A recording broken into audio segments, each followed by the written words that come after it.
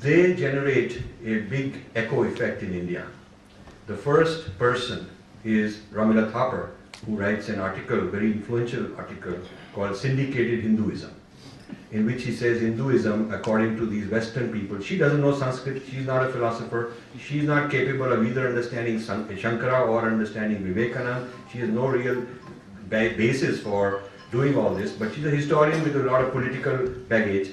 So she comes up with this article called Syndicated Hinduism, the thesis, and she basically based on these other scholars' work, she's just taking that same thing and giving it a new spin. She says that Hinduism is a syndicated kind of a construction. This syndicate is elitist upper caste Hindus who created this thing to oppress minorities, oppress Dalits, oppress women. And Vivekananda started it, and then the Hindutva people continued taking it further. And this becomes then the talking points of the left, because given Ramila Thapar's power and influence, a whole lot of people follow in that lineage. And I have a whole chapter showing, Pankaj Mishra writes this kind of stuff, Jyotirmay Sharma writes this kind of stuff, this Ramachandra Guha writes this stuff, Shashi Tharoor writes these kind of things, Sunil Khilnani, all these kind of guys who are celebrated, big shots, they write this kind of stuff, they get awards. The highly colonized Jaipur Literary Festival, full of these kind of people. One of the other literary festivals, I was in Bangalore, they were talking to me about my book, and so I told him this is the problem, and he said, "Aapko to literary festival mein jaake you should talk about all this." So I said, those people are the ones that I'm exposing, to humko kaise invite karenge? So he said, hamara bhi ek festival hai, hum wahan invite karenge. So he introduced me to this, and this man is a big industrialist, and he's got the clout. So he called the fellow who's running the literary festival in Bangalore, and he said, "You should bring Rajiv in September and have him a major plenary address." And so this young man asked me, he's very excited and all that, and then he asked me, "Ki aapka topic kya hoga?" So I said, my topic will be decolonizing India's literary festivals.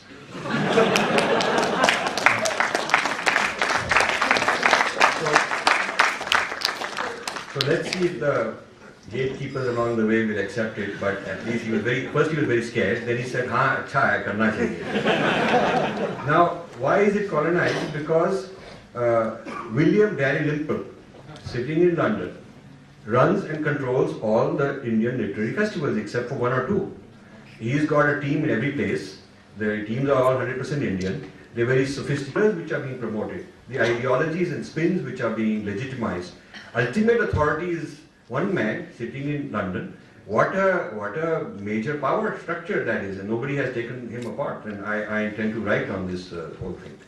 So this business of neo-Hinduism says that Vedanta and Yoga are incompatible.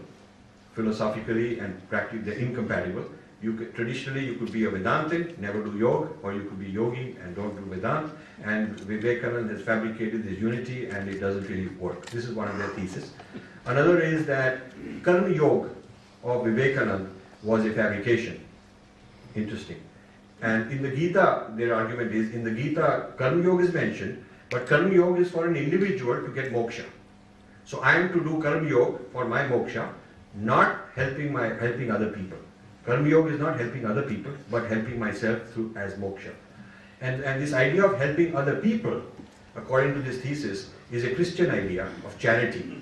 And Vivekananda, when he went to America, found that they are doing so much better because they're charitable people. But he wanted to come up with an Indian term and bring Christian charity into India. So he modified the idea of Karma Yoga to include charity, and that's why Karma Yoga is here, but it really doesn't fit into Indian philosophy.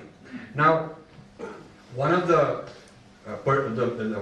Paul Hacker mentions that he is actually saying he knows the exact date when Vivekananda appropriated it, and there is a certain date he cites when Vivekananda is in Bombay, and there is another very famous German Sanskrit scholar called Paul Deussen. Paul Deussen was Schopenhauer's prime student. Schopenhauer was interested in Indian philosophy, and Paul Deussen was a top student, and he was visiting Bombay, and he gave a lecture. And because Vivekananda's dates were coinciding, therefore the assumption is that Vivekananda heard the lecture, and because Deussen said something, Vivekananda must have picked it up from there, and because Deussen is a Westerner, therefore it must be a Western appropriation.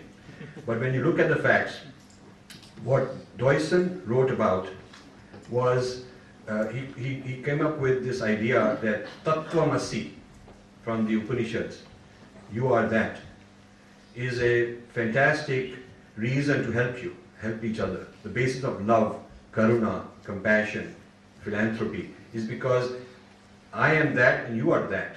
And since we are both the same and we are both divine, so this is the basis for my compassion for you. This is the idea of Tattvamasi. And Vivekananda does have in his writings, he uses the term Tattvamasi ethics. He uses that phrase, Tattvamasi ethics, when he's describing what he calls practical Vedanta, which means Vedanta in action, social action. So because of this link, the claim is being made by the Neo-Hinduism school that the Tattvamasi is some idea that Vivekananda got from Western people. But if you look at Deussen's own works, this is the sort of thing that Arun Shori does a lot, go behind and look at the original source, and you find out that it says something different. So when you look at Deussen's own words on Tattvamasi, Deussen actually criticizes Christianity for not having a philosophy on which charity can be based. Because he says Christians are charitable out of obedience. They've been told you should be charitable. It's out of fear, so they're doing charity to get to heaven. But since they don't have this idea of unity of people, each one being divine, they don't have the principle of immanence, that God is immanent in all of us. God is immanent everywhere. Since they don't have that, therefore their approach to charity is not philosophically grounded. And Deussen proposes that Tattvamasi is something that Christians should import from Vedas in order to have a philosophical basis for charity. So his thesis is actually not he's bringing a Christian idea to us, he's bringing a Vedic idea to Christianity. And so whether Vivekananda got it from him or not is immaterial. The point is it's a Vedic idea, wherever Vivekananda might have